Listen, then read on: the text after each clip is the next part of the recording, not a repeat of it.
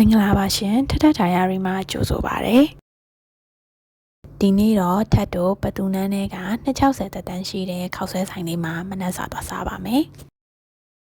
ဒီဆိုင်လေးက tourist တွေကြားထဲမှာအင်မတန်နာမည်ကြီးတဲ့ဆိုင်လေးဖြစ်ပြီးတော့ပတူနန်းပတ်ချဘူရီ15လမ်းထိပ်မှာရှိပါတယ်ဆိုင်နာမည်လေးကတော့ Sub H2 လို့ခေါ်ပါတယ်ရှင်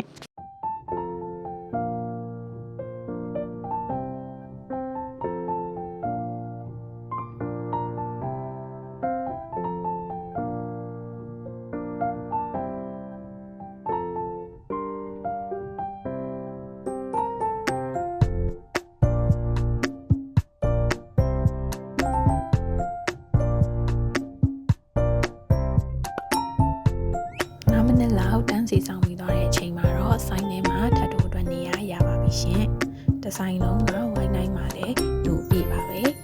။ထပ်တို့မှာထားတာလေးတွေဆောင်ရင်းနဲ့ထိုင်းမက်တီးလေးမှာတောက်ဖြစ်ပါတယ်။မှာထားတာလေးတွေဆောင်ရင်းစားလို့ရအောင်ဝိုင်းတိုင်းမှာဝက်ခောက်ကြော်တို့ကလေးတွေချထားပေးပါတယ်။ဒီဝက်ခောက်ကြော်တို့ကလေးတွေကတော့တစ်ထုပ်ကိုပတ်100ပါ။ဒီဆိုင်ရဲ့ဝက်ခောက်ကြော်ရဲ့ထူးခြားချက်ကတော့တခြားဆိုင်တွေလိုကြော်ပြီးသားပြန်ယူရောင်းတာမဟုတ်ဘဲနဲ့ဆိုင်မှာပဲလက်လက်ဆက်ဆက်ကြော်ရောင်းတာဖြစ်ပါတယ်ရှင်ထပ်တော့မှာထားတာလေးတွေရောက်ပါပြီ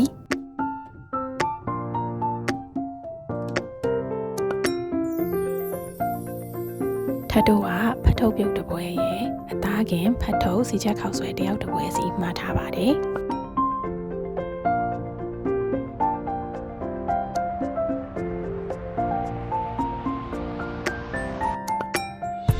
စီချက်ခောက်ဆွဲမှာကခနန်းသားလေးတွေပါဖြူထားပေးပါတယ်ရှင်